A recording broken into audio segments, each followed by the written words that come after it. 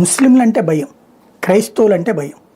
ప్రభుత్వాలకి కూడా వాళ్ళ విషయంలో ఉదారత ఉంటుంది, వాళ్ళ విషయంలో జాగ్రత్త ఉంటుంది. హిందువుల విషయంలో మనం కంట్రోల్ చేయగలం, కులపరంగా కంట్రోల్ చేయగలం, వర్గపరంగా కంట్రోల్ చేయగలం, పార్టీ పరంగా కంట్రోల్ చేయగలం, నాయకత్వ పరంగా కంట్రోల్ చేయగలం. లేదంటే కేసులు పెడితే భయపడిపోతారు. ఇది సహజంగా జరిగే తీరు. ఆంధ్రప్రదేశ్లో మరింత ఎక్కువగా ఉండేటటువంటి తత్వం. ఇప్పుడు మొన్న రాయచోటిలో 130 ఏళ్ల చరిత్ర కలిగినటువంటి ఆలయం అది, వీరభద్రేశ్వర ఆలయం. 130 ఏళ్ల చరిత్ర కలిగినటువంటి, అసలు ఆ దేవాలయ స్థలాలలోనే ఇతర ప్రార్థనా స్థలాలు వచ్చినాయి.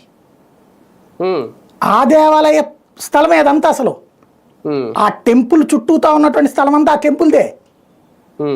మీకు వక్ఫ్ భూములు అయితే గనక వాళ్ళ భూమిలో వేరే వాళ్ళు ఏలు పెట్టడానికి వీల్లేదని కదా చట్టం. అవును, దేవాదాయ భూమి ఎన్ని చోట్ల అట్లా ఉన్నాయి. మొన్న ఒక గుంటూరు జిల్లాలో లెక్క తీశారు, దాదాపు 300 ఎకరాలు ఏమో అన్యక్రాంతమై ఉంది. ఒక గుంటూరు జిల్లాలో దేవుడు మాన్యాలు వేల ఆక్రమణలు ఉన్నాయి. ఎవరు ఆక్రమించుకున్నారు?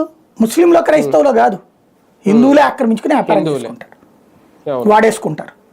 దేవుడి దగ్గరికి వెళ్ళి కొబ్బరికాయ కొట్టేసి ప్రాయశ్చిత్తం చేసుకుంటారు. అంటే దేవుడు సొమ్మును దోచుకుని, అయ్యా నీ దోచుకుని మేము బతుకుతున్నాం దాంట్లో ఉంచుకో అని చెప్పేసి కొబ్బరికాయ కొట్టొస్తారు. అంటే ఇక్కడ ఒక పాయింట్ సార్, హిందువుల ఆలయాలకు సంబంధించిన